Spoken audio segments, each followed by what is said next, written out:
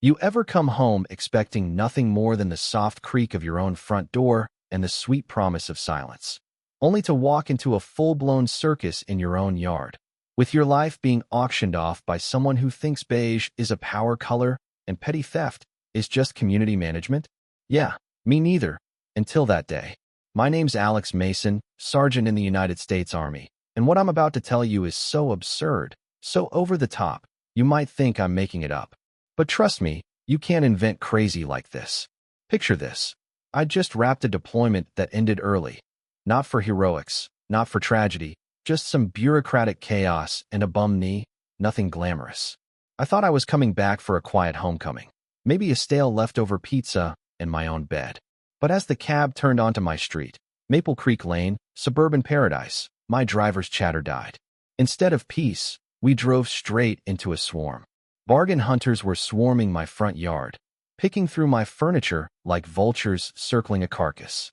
My leather couch, the one I'd worked overtime for, was up for grabs, right beside the dining table I'd barely used. And at the center of it all stood Karen. If you've ever had an HOA, you know a Karen. Ours was Karen Pendleton, Queen Bee of Maple Creek, self-appointed enforcer of all things beige and bland, clutching a clipboard like it was the nuclear codes. There she was, sunglasses bigger than her actual eyes, barking orders, ready to auction my whole life off. I barely registered the cab fare. I just grabbed my bag and charged in, boots and all, past the gawkers, right up to her throne of stolen property. "Karen," I said, keeping my rage simmering below the surface. She barely blinked. Well, Sergeant Mason, unexpected return, I see. HOA business. Nothing personal." She flicked her hand at my house, as if she owned it. She told me my property was under lien, scheduled for auction due to delinquency and abandonment, and it was all perfectly legal. She said it with the smug confidence of someone who's gotten away with this sort of thing before.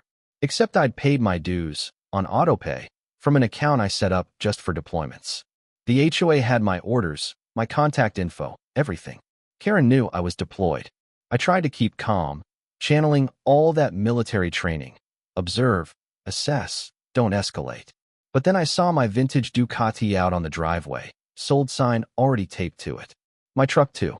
It wasn't just overreach, it was personal. I pulled out my phone. "You know, Karen, I'm pretty sure the police might be interested in your interpretation of community obligations." Her cheeks went a shade redder than her lipstick. "You wouldn't dare." But I did. I called 911 right there on my lawn, while she started stammering about trespassing and abandonment. The cops arrived, one seasoned, one green. Karen turned on the theatrics, painting herself the victim, fake tears and all. I handed over my military ID, orders, bank app, everything showing I was the legal owner, paid up, and very much not abandoned. The older cop took one look at my paperwork and told Karen, "This auction is to cease immediately." She sputtered, threatened legal action, but the crowd was already turning on her. Neighbors started drifting over. Mrs. Henderson with her cookies, David with his phone full of suspicious van photos. Turns out, while Karen was busy running her yard sale, she'd ruffled plenty of feathers. After everyone left, I surveyed the damage. Drawers rifled, heirlooms gone, closets tossed. That night, I didn't sleep. I sat at my table, flipping through every HOA rule, my records, every document I could find. And that's when I uncovered the scam. Karen hadn't sent any legitimate delinquency notices, just fake documents uploaded to the HOA portal, sent to my house knowing I was gone. The smoking gun? A forged signature on a so-called foreclosure waiver. So sloppy, it looked like a child did it left-handed. This wasn't just an HOA gone rogue. This was outright fraud. Enter Mr. Davenport, my lawyer. He wasn't just good, he was surgical. We hit Karen and her cronies with a cease and desist so strong, you could practically smell burnt hair. As we started digging, with the help of neighbors like Mrs. Henderson, the rot became obvious. Karen's treasurer, Bartholomew, and the secretary, Agnes, both deep in her pocket, rubber stamping every shady scheme. And then, an unexpected twist. A forgotten security camera on my porch caught Karen and Bartholomew red-handed, staging undeliverable notices and planning to funnel the auction money into her special beautification project, which, as Agnes later confessed, was a marble birdbath for Karen's own backyard. It was like something out of a bad sitcom. Armed with evidence, we called for an emergency HOA meeting. Word spread fast. Neighbors filled the clubhouse, finally ready to see justice. Karen tried to bluff, but the video didn't lie. The footage played, her plotting, Bartholomew sweating, the damning words he'll never know what hit him. The crowd erupted.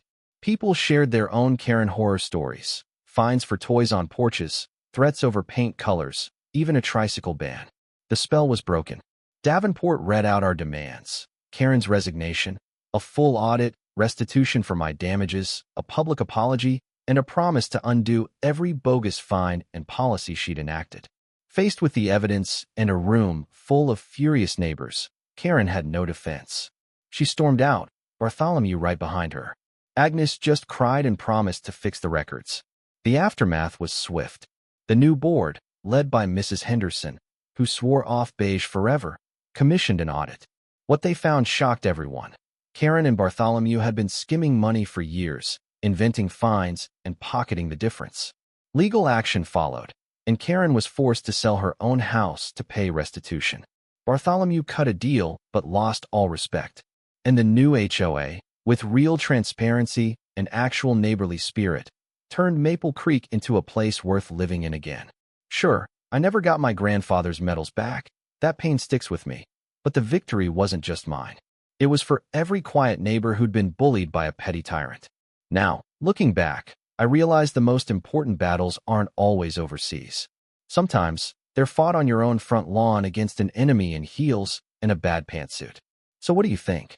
Was justice really served? Or do you think Karen got off too easy? Drop your thoughts below, hit subscribe, and tell me, what's the wildest thing your HOA ever pulled? Because let me tell you, in suburbia, you just never know what's waiting behind the next white picket fence.